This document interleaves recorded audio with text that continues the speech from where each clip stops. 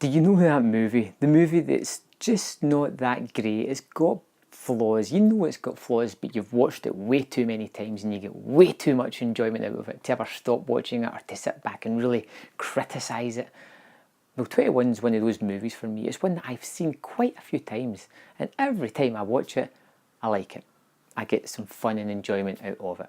The story is about Ben, played by Jim Sturgis, who is a student at MIT. He is going to go to Harvard. He starts a class in Kevin Spacey's class, and he has a thing for numbers, and Kevin Spacey spots this straight away and pulls him into this little club after school with a few other students, and they quickly discovers that they are counting cards. And on the weekends they're travelling to Vegas, working the system, getting as much money as they can, scooting back to MIT and continuing their studies with a large bank account to play for it.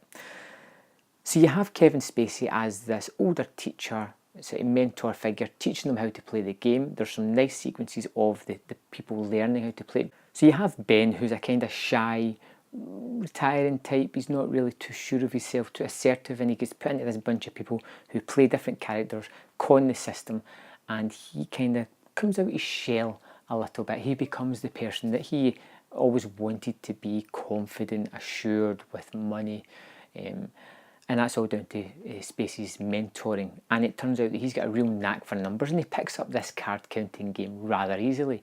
So when he gets to Vegas, he learns that he has a knack of turning these cards into money, and everybody's getting rich and everybody's making the cash. And of course he had money worries at the start of the movies, but pretty soon that's out the way as he finds himself with enough cash to support his next few years in Harvard. But things don't always go as planned, and I'm going to tell you more. I won't stop right there. I won't spoil the movie for you. I don't like that myself, but I'll let you discover it. Kevin Spacey is one of the best actors. I really like him in just about everything he's in. Even 9 Lives, I liked him in that.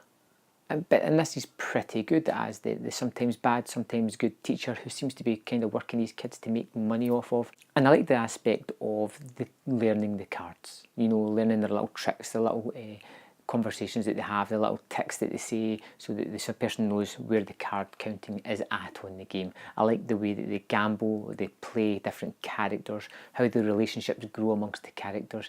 And there is a character played by Lawrence Fishburne who is at the Las Vegas casinos, who's watching out for people who count cards or robbing the casinos, and he has a real grudge against Kevin Spacey's character.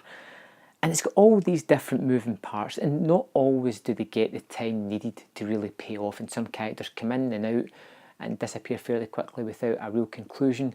There is a scheme that seems to evolve near the end that goes from 0 to 60 pretty quickly and seems extremely thought out and extremely rash. There's no build up to it. There is a group of people who turn against each other, and then all of a sudden they're friends, but one's going to con the other one type of thing.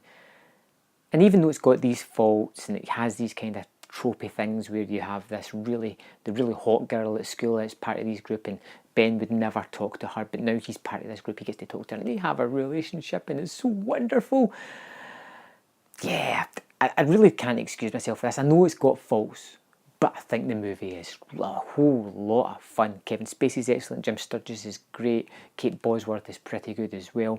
The card counting scenes are exciting for people playing cards. They're pretty energetic, they're fun to watch, and you want to see these people succeed. I gave 21, and probably a little bit higher than it should, 3 out of 5. It's pretty good. If you haven't seen it, I suggest checking it out. Switch off the brain and just enjoy this movie. And if you hate it, don't tell me, because obviously I'm not listening. I like it, whatever anyway. So thanks for watching. Let me know in the comment box how much you liked it, and I'll see you next time on Man vs. Film.